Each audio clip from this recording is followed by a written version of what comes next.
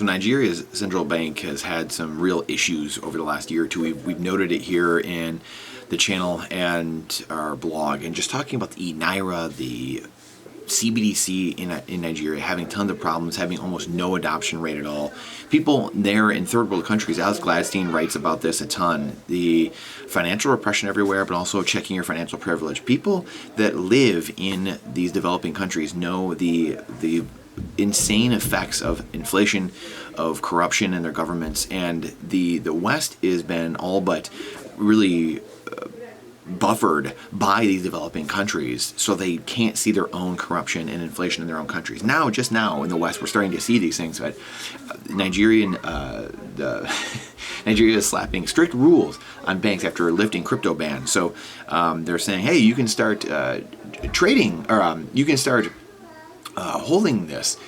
Let's see, crypto providers can open bank accounts, but no cash withdrawal banks still banned from holding, trading crypto themselves. So they can start operating a little bit in that world, because they're saying, oh, you know what, we're going to have to start doing this a little bit. And if they want their CBDC at all to move forward, they know they've got to start kind of reworking the system a little bit. But you can't do it yourself. It's kind of like Jamie Dimon, and he's over here saying, hey, anyone of my employees that touches Bitcoin, anyone that touches it, you're gone, you're fired. Yet they're opening their trading desk in 2016, 2017 at this very same time. So it's the same kind of stuff, talking out of two sides of your mouth. This is the fiat system run amok. This is how the fiat system works. It's do as I say, not as I do, right?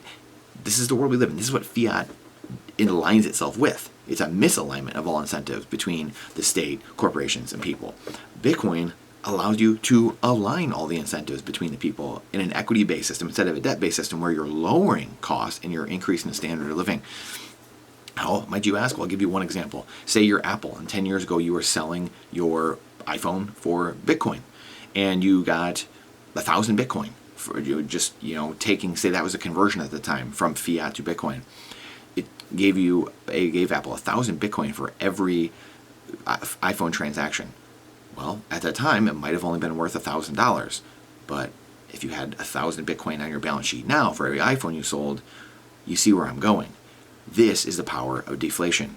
This is the power of a lowering of costs and a higher standard of living. When all of the world's monetary premium starts accruing to the world's hardest money, the world's strongest money, that premium is reallocated, and everything gets cheaper in your life. And then that time is better spent doing research and development, taking care of its citizens, doing contests and giveaways, doing charitable things, helping the environment, protecting the Constitution and the Bill of Rights, you name it. This is the world that we could live in. I think many of us humans, though, have a misery loves company type of attitude, and we just can't have nice things. So Nigeria going to continue having problems if they don't remove themselves from this Naira, CBDC stuff. You're going to keep seeing these things going on. We've done shows on Lebanon and people robbing their own banks.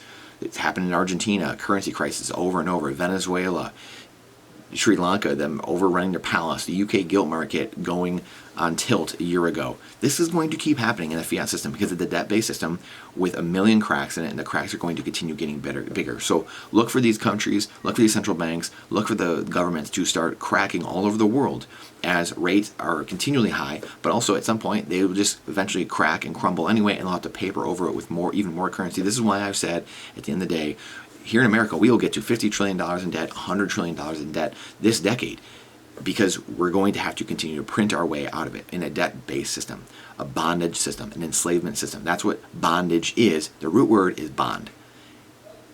We continue to issue bonds as our government, issuing bonds all over the world, enslaving ourselves and people everywhere.